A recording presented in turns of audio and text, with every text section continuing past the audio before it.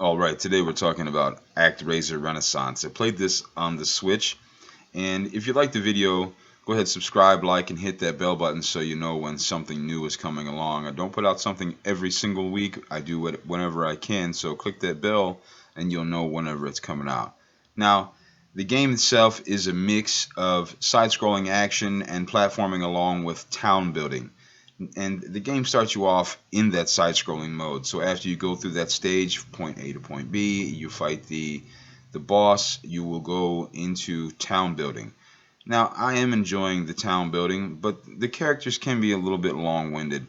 That is a little bit of a nitpick because I know that a lot of you out there are really going to love everything that the characters have to say, and you're really going to be able to pull a lot out of it.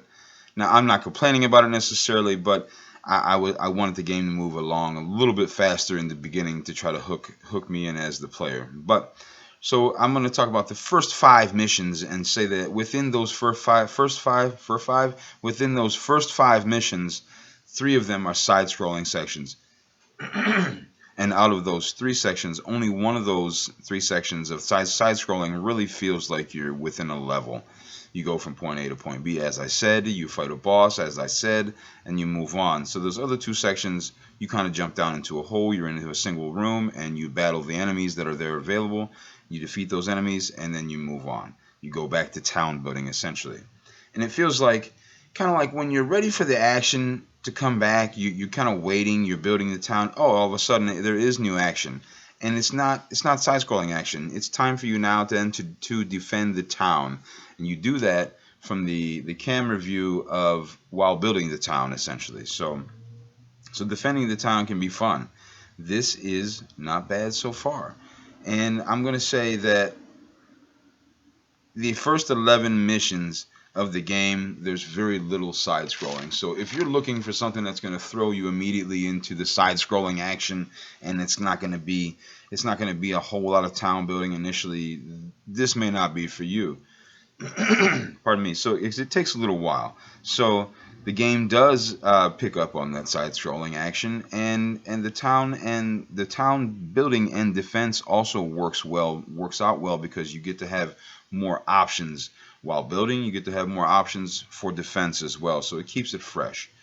Now the gameplay overall for me in this game is okay. It does have the ability, I think, to keep me in the game, but let's be honest, if there's something else that comes along and it's a little more interesting, this particular game is probably going to be put on that back burner for later on.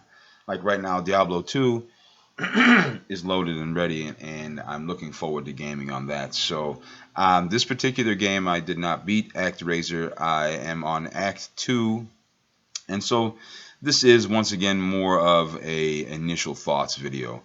But the graphics, I want to talk about the graphics, and I would prefer the classic 16-bit style graphics along with a great amount of detail.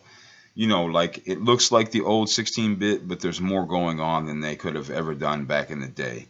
I really like that. But with that being said, this particular style that this game utilizes could work, but some of it is a little bit odd. It's a little bit funny looking, like the backgrounds. When it looks like tree branches are supposed to be moving around, you can tell it looks more like the picture itself is just being pinched together to simulate movement. And it's a little bit corny. It's a little bit cheesy. Um, and there are other things I know a lot of people haven't liked about the graphics on this particular game, but it's not enough for me to have too much complaint. And once again, I would say that the gameplay itself, I have no complaints on the gameplay. Now, while building the towns, the graphics are not mind-blowing, but they get the job done. Once again, as you can see here now, it doesn't really look too bad at all when you're building the town. In fact, for me, building the town like this is what you're seeing here. It actually works out.